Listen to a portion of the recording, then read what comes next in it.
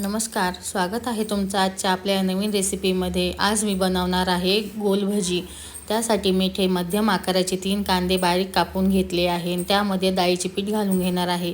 त्यामध्ये आपल्याला चवीनुसार मीठ, हिंग, हळद, लाल तिखट आणि कढीपत्ता असा हाताने बारीक तोडून घालायचा आहे। त्यामुळे कढीपत्त्याची चव भज्यांना खूप छान उतरते। आता यामध्ये हिरवीगार कोथिंबीर घातलेली आहे आणि ओवा आपल्याला असा हातावरती क्रश करून यामध्ये घालायचा आहे। आता हे पीठ आपल्याला पाणी घालून थोडेसे सैलसर भिजवायचे आहे। पीठ जास्त घट्ट भिजवायचे नाही तर त्यामुळे आपले भजे एकदम निब्बर होता, म्हणजे त्याला आतमध्ये जाळी पडत नाही। आणि आता आपल्याला सोडा घालायचा नाही तोपर्यंत, म्हणजे जोपर्यंत आपल्याला भजे करायचे नाही तोपर्यंत।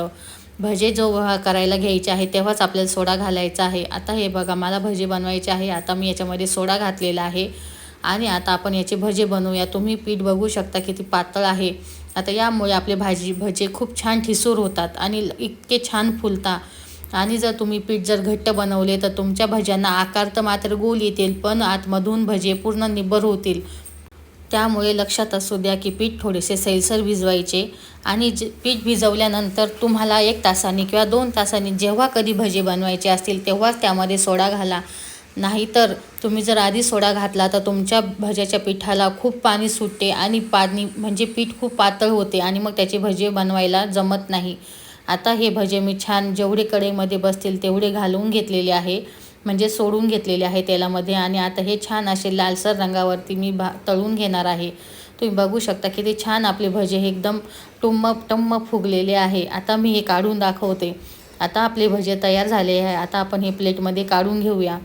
बघू शकता तुम्ही भजे अजिबात तेलकट झालेले नाहीतर खूपच लगेच झाऱ्यामध्ये बघितलं एकदम तेलकट असे भजे दिसतात। आता हे मी सर्व काढून घेते।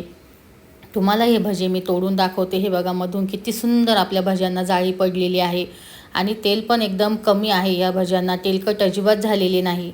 आणि त्यासोबत हिरवीगार मिरची आणि भजी आणि मिरची म्हटलं का कोणाला नको वाटते। आणि पावसाळ्यामध्ये तर भजी खाण्याचा कधीही 2-4 दिवस नाही झाले की भजे खाण्याची मजाच काही वेगळी असते, पण मग सर्वांना आवडतं। आणि हे भजे बघा किती सुंदर जाळी पडलेली आहे। आणि तुम्ही ही रेसिपी एकदा नक्की ट्राय करा आणि आवडल्यास मला एक लाईक नक्कीच करा। आणि ही आजची रेसिपी तुम्हाला कशी वाटली हे मला कमेंटमध्ये सांगायला विसरू नका। आणि आपल्या ह्या चॅनलला सबस्क्राईब करायला सुद्धा विसरू नका। भेटूया पुढच्या रेसिपीमध्ये, तोपर्यंत जय श्रीराम।